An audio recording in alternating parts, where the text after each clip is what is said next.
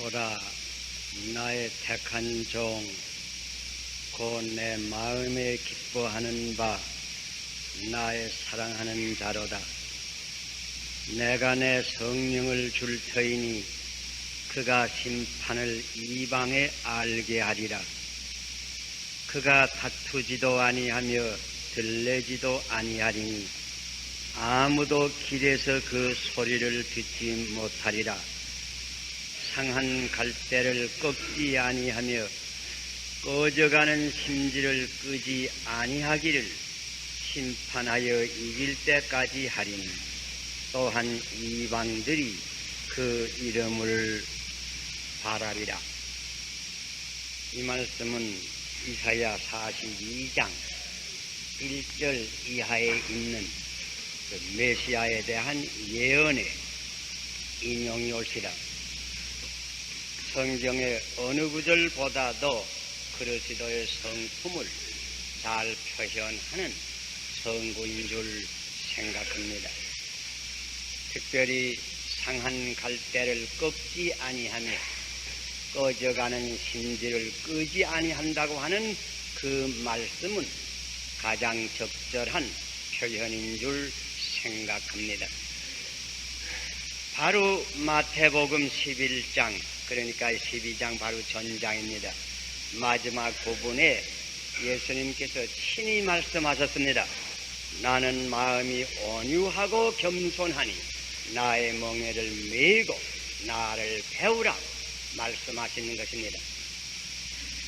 사도 바울은 고린도후서 10장 1절에 나 바울은 그리스도의 온유와 관용으로 친히 너희를 권하고, 바울이 주님을 생각할 때에는 온유와 관용의 성품을 생각하신 것입니다.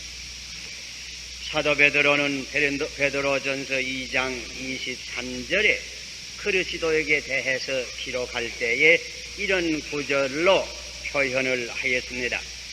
욕을 받으시되 대신 욕하지 아니하시고 고난을 받으시되 위하지 아니하시고 오직 공의로 심판하는 자에게 부탁하시며, 이런 구절로 기록하는 것입니다. 다 그리스도의 성품의 그 온유한 면을 우리에게 가르쳐주는 말씀이 올시다. 그리스도는 약한 이가 아닙니다. 그는 강하신 이입니다. 그러나 그는 온유한 성품의 소유자이십니다.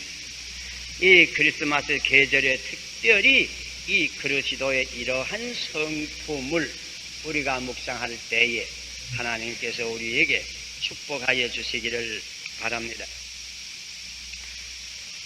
먼저 이 구절 가운데 그 묘사된 인간의 모습을 상상해 볼 수 있기를 바랍니다.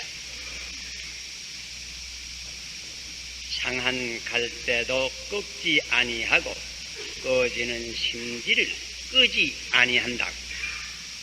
여기 인간을 한 갈대로 봅니다. 생각하면 사실 인간은 한 갈대와 같습니다. 비슷합니다. 이렇게 인간은 약한 것입니다. 또한 상한 갈대입니다. 인간은 죄로 상한 갈대입니다. 또는 세상의 풍파로 혹은 슬픔 혹은 고통 혹은 고독, 실패, 세상의 풍파로서 상처를 입은 갈대 같은 인간입니다.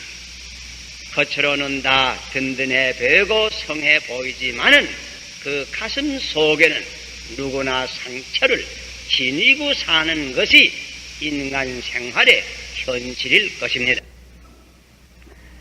여기에 꺼져가는 심지라고 하는 말이 있습니다. 아마 이 심지라고 하는 말 요새 청년들은 잘 모를 겁니다. 전기등 알기 전에 옛날에는 우리 방안을 밝히기 위해서 적은 등잔불을 켰습니다. 여기 남아는 이들은 그런 거 다 보았을 줄 아는데 그 등잔불이라는 거 조그마한 여기 겉부 같은 그릇에다가 피 맞아 기름을 넣고 그 속에는 조그마한 녹균을 냈습니다. 그 녹균으로 기름이 배에 올라가게 하고 그 끝에다가 불을 붙여 놓습니다. 그러면 적은 불이 그 밤새도록 등잔불에서 그 방안을 밝혀줍니다. 그 등잔 속에 넣는 그 녹균을 심지라고 합니다. 심지. 그걸 심지라고 합니다. 여기 이 꺼져가는 심지로 묘사되는 인간을 상상해 보세요. 인간은 한 심지와 비슷합니다. 그 끝에 불이 켜 있습니다. 인간은 누구나 이성의 불, 양심의 불, 영혼의 불이 켜 있습니다. 비록 보잘것없는 이 육체, 물질이지만은 그 맨 위에는 하늘의 불이 켜 있는 것이 인간인 것입니다. 그런데 꺼져가는 심지입니다. 그 불이 심히 미약합니다. 심히 희미합니다. 어떤 불은 거의 꺼져서 연기만 납니다. 그러나 아주 꺼진 것은 아닙니다. 심히 미약한 불입니다. 이것도 역시 인간의 한 모습이 옳시다. 갈대, 상한 갈대, 적은 심지, 꺼져가는 심지, 이것이 인간의 한 모습이 옳시다. 이와 같은 인간들을 위해서 그리스도에 하시는 일이 무엇인가? 주님의 성품은 인자하셔서 이 상한 갈대를 아주 꺾지 아니하십니다. 세상에 무지한 사람들은 이런 갈대를 짓박습니다. 혹은 꺾어버립니다. 그러나 우리 주님의 성품은 그렇지 아니합니다. 옛날에는 갈대로 피리를 만들어서 부는 풍속이 있은 것입니다. 혹은 갈대를 깎아서 붓을 만들어서 글을 쓰던 풍속도 있은 것입니다.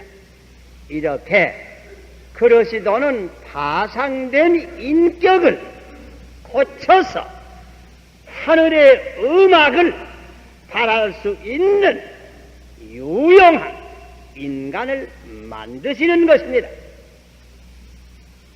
천국의 진리를 전할 수 있는 귀한 그릇을 만드는 것입니다. 꺼져가는 심지를 우리 주님은 아주 끄지 않습니다. 주님의 성품은 인자하셔서 꺼져가는 이성, 꺼져가는 인간의 양심, 죽어가는 인간의 심령을 다시 살려서 어두운 세상을 밝게 비출 수 있는 등대를 삼아 주시는 것입니다. 예수님께서 이 목적으로 세상에 오셨습니다. 여러분 요한복음 8장 읽어보세요. 거기 보면 예수님께서 한 번은 성전에서 여러 사람을 가르칩니다. 그때 사람들이 어떤 젊은 여자를 하나 끌고 왔습니다. 예수님께 질문을 합니다.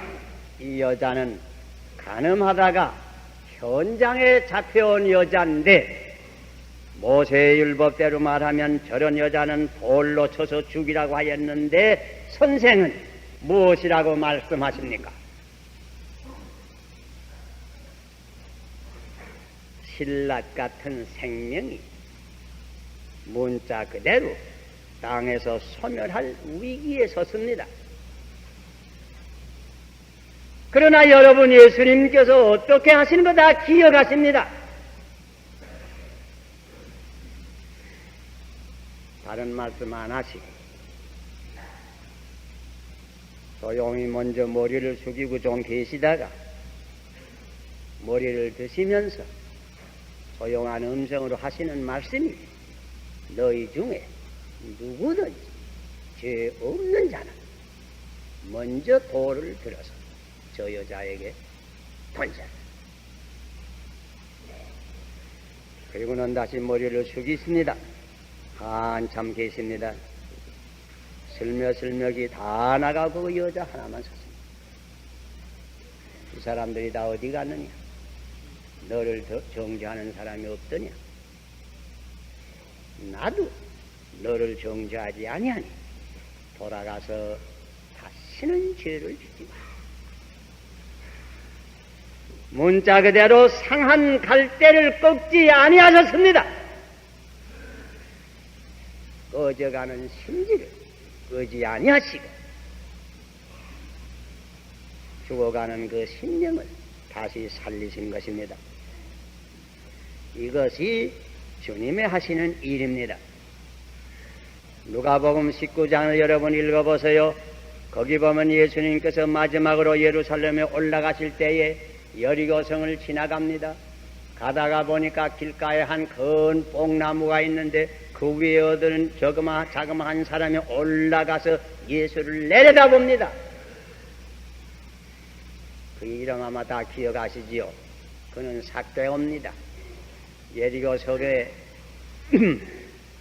세리장입니다. 부자입니다.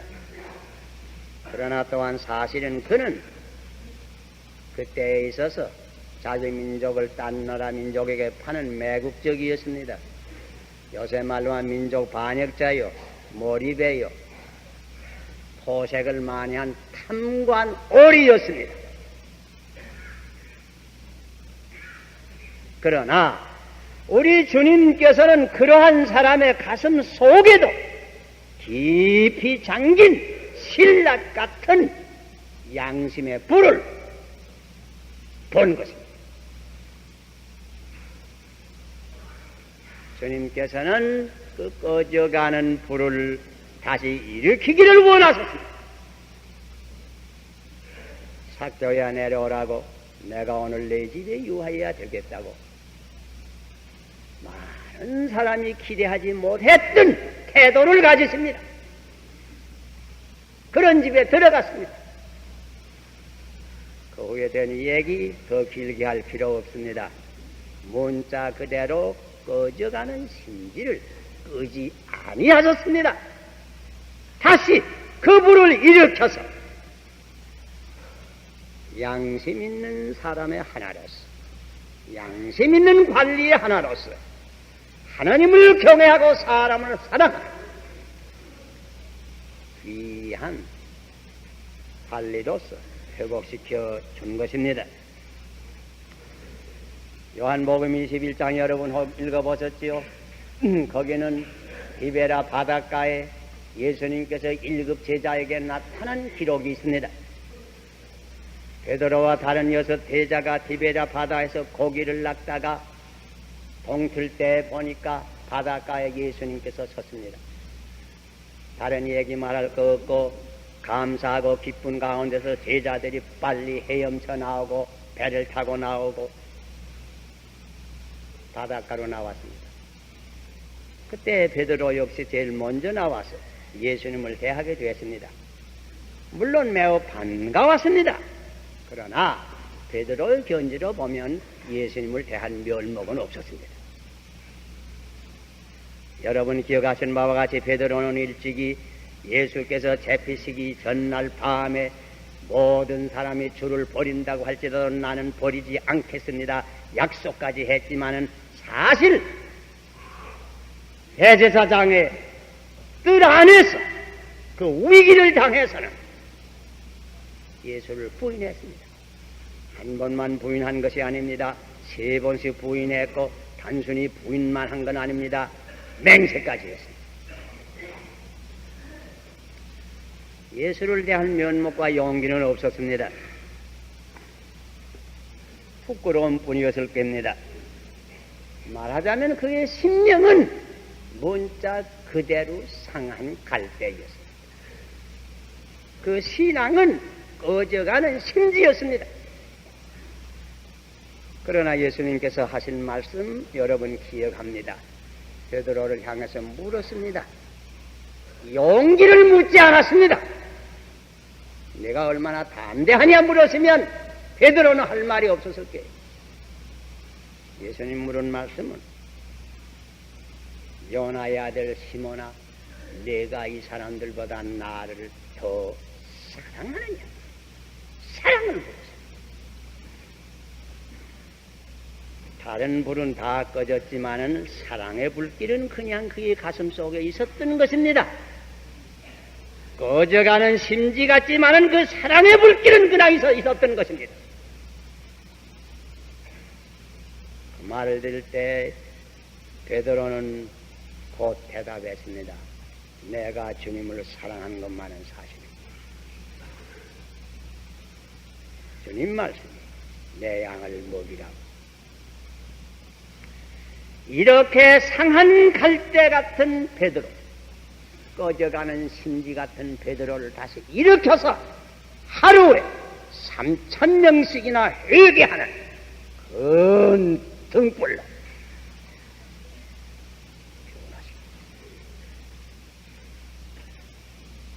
이것이 주님의 하시는 일이 올시다. 옛날만 아니고 역사를 통해서 주님께서 하시는 일입니다. 어제만 아니고 오늘날도 주님께서 하시는 일입니다.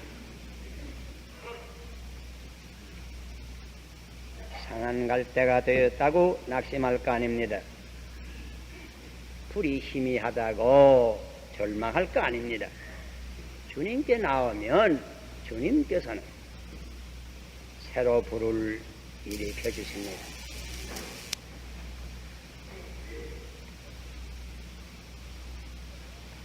주의 눈은 인자하셔서 항상 최악의 경우에서도 최선을 봅니다. 1급 귀신이 들렸던 막달라 마리아에게서도 걸어간 하나님의 딸을 본 것입니다. 그 1급 귀신을 제해버리시고 걸어간 하나님의 딸로 회복했습니다. 스데반을 돌로 쳐서 죽일 때에 후원을 했고, 예수 믿는 사람이 있는 곳마다 달라다니면서 핍박을 해야 하던 그 악독한 사울의 속에서 장차 이방의 사도 바울을 보는 겁니다. 그리해서 다메섹 내려가던 길에 바울을 부른 것입니다.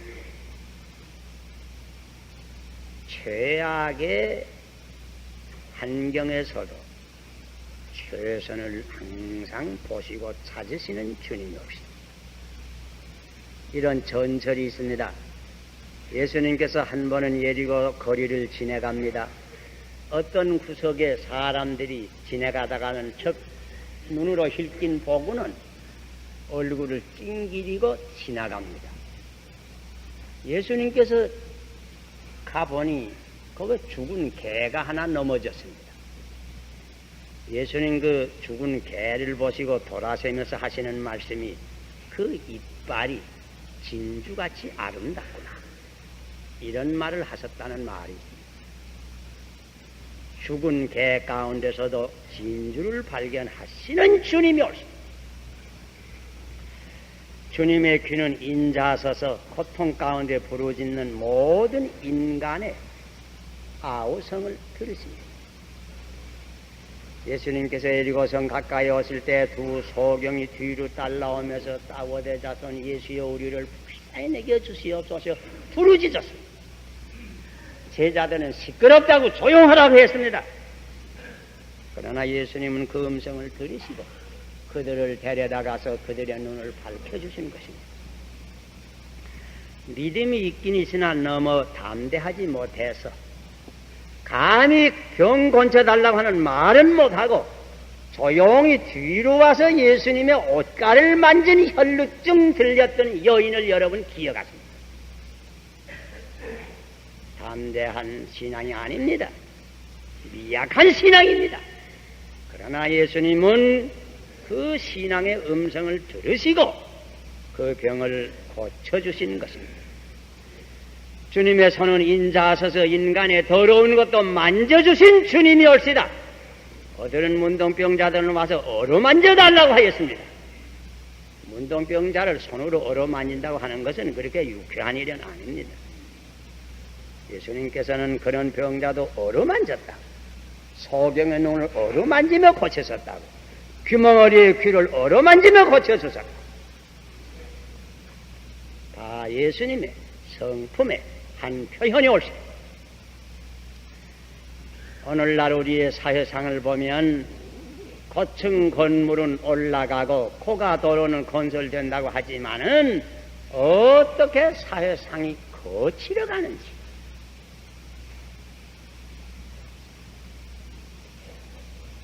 택시 운전수가 사람을 치운다면은 내버리고 달아난다고 하는 이해. 심지어 어떤 택시 운전수는 상한 사람을 싣고 가다가선 멀리 사람 없는 산골짜기에 내다 버리고 갔다고 하는 이해. 버스 차장이 사람을 밀쳐서 떨어져서 치워 죽었다고 하는 이해. 전화 한 통을 받을래도 불칠전한 음성이 얼마나 많이 들려요.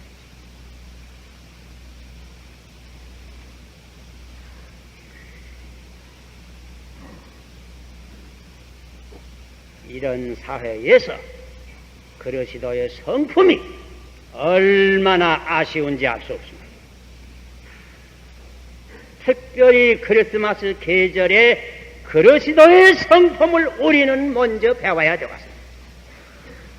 성품은 물론 선천적 요소가 없지 아니하나 성품 구성의 대부분은 평소의 생각과 행위, 곧 습관의 소산입니다. 그리스도인은 그리스도의 성품을 배워야 합니다. 우리 신앙생활에 있어서 가장 중요한 것은 우리의 신앙이 얼마나 성격화하는가, 크리스천 캐릭터를 가지는가, 변하는가, 그리스도인의 성품을 닮아가는 여기에 있는 게 예수님께서 친히 말씀하시기를 나의 멍에를 메고 나를 배우라. 멍에를 맨다고 하는 말은 순종한다고 하는 말입니다. 순종함으로 그리스도의 성품을 배울 수 있는 것입니다.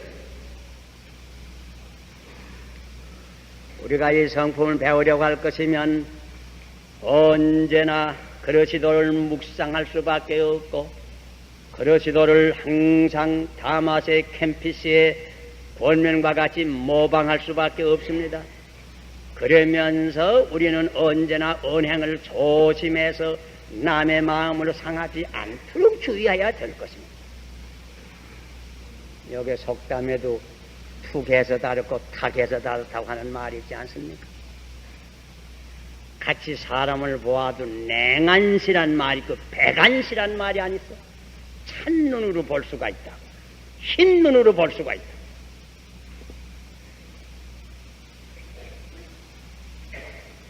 특별히 그리스도의 성품을 배우려고 하는 이는 혈기의 죄를 상가들로 힘을 써야 합니다. 죄가 여러 가지 많지만은 간단히 두 가지 종류로 분간을 합니다. 하나는 육체의 죄요, 하나는 혈기의 죄입니다. 육체의 죄라고 하는 말은 술을 취한다든지 음란, 방탕 이런 것들, 이거 육체에 관한 죄예요. 혈기에 관한 죄라고 하는 말은 교만과 시기와 질투와 분노와 이런 것을 이걸 혈기에 관한 죄라고 합니다. 우리가 회개하고 예수를 믿을 때 제일 먼저 건치는 건 육체에 관한 죄입니다. 그리고 우선 회개하면 술도 안 먹고 음란한 데도 안 가고 그 육체의 죄가 깨끗해집니다. 그걸 먼저 회개합니다. 그러나 그건 많은 부족합니다. 혈기의 죄까지 건치해야 됩니다. 교만, 시기, 질투, 분노 이런 것들. 여기 누가복음 15장에 보면 유명한 탕자의 비유가 있지요. 그 두 아들 형제가 있는데 그 둘째 아들 탕자는 무슨 죄를 지었지요? 육체에 관한 죄를 많이 지었어요. 허랑방탕. 그러다가 회개하고 돌아왔습니다. 돌아오니까 아버지가 그 죄 다 용서하고 너무 기뻐서 이웃을 청해다가 송아지를 잡고 음악을 하면서 잘 기쁘게 영접을 합니다. 그때 밭에 나가서 일하던 맏아들 아니소? 그 아들 얻었어. 그 아들은 육체의 죄는 안 지은 사람이야. 바깥에서 들어오다 보니까 음악 풍루 소리가 들리거든요. 이건 무슨 소린가 종에게 물어보니, 당신의 동생이 멀리 갔다 가서 이렇게 돌아왔는데, 건강한 몸으로 돌아와서 아버지께서 기뻐서 이렇게 잔치를 하십니다. 그 소리 듣고 맏아들 매일해서, 그래? 나 안 들어가봤어. 나는 여지까지 아버지 모시고 이렇게 부지런히 일만 하는데 염소새끼 한 마리 잡아서 놀라고 안 하더니 장기한데 아버지의 가산을 다 생기게 먹은 그 녀석이 들어올 때 이렇게 잔치를 해. 난 안 들어갈 테야. 안 들어가. 맏아들은 무슨 죄 지었어? 혈기의 죄 지었어. 그 죄로 말미암아 아버지의 마음이 얼마나 상했겠으며 동생의 마음이 얼마나 상했겠으며 그 자리에 왔던 여러 사람의 마음은 어떻게 됐겠어?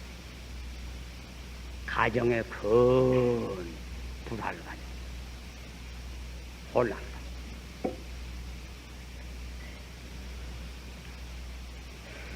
육체의 죄를 먼저 회개해야지요. 그러나 혈기의 죄까지 회개해야. 그리고 언제든지 예수님과 같이 상한 갈대를 싸매주는 것을 우리가 배워야 됩니다.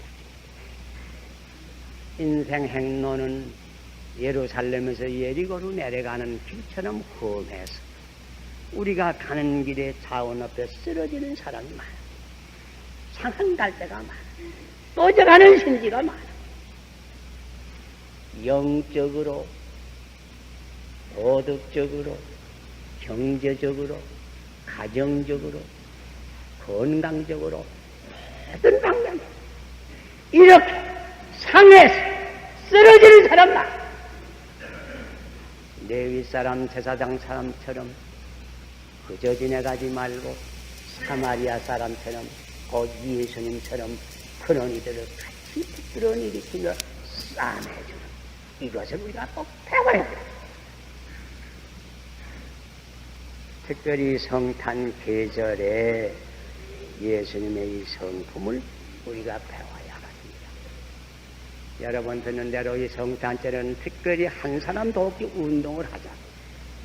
그런 말 여러분 다 들은 줄 압니다. 어떻든지 우리가 이 성탄 계절을 당해서 그리스도의 성품을 가지고 우리 사회 안에서 특별히 불행한 이들, 아직까지 죄악 가운데 있는 이들, 모든 방면으로 쓰러지는 이러한 이들을 하나씩 붙들어줘. 일을 해서 그리스도의 성품을 배우면 우리 사회가 좀 더 명랑해질 줄 믿습니다. 기도합시다. 주님이시여, 이 기쁜 성탄 계절을 향해서 상한 갈대도 꺾지 아니하시고 꺼져가는 신지도 끄지 아니하시는 주님의 성품을 배울 수 있게 은총을 베풀어 주시옵소서.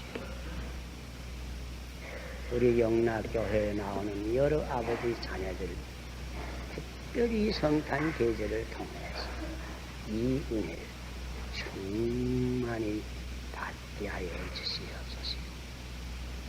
예수님 이름으로 기도하옵나이다. 아멘.